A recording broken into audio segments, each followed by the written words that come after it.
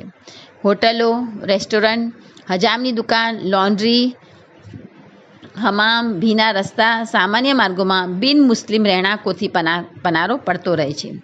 આ મસલાનો ઉકેલ માટે ખાસ શરઈ હુકમ રજૂ કરવામાં આવે છે.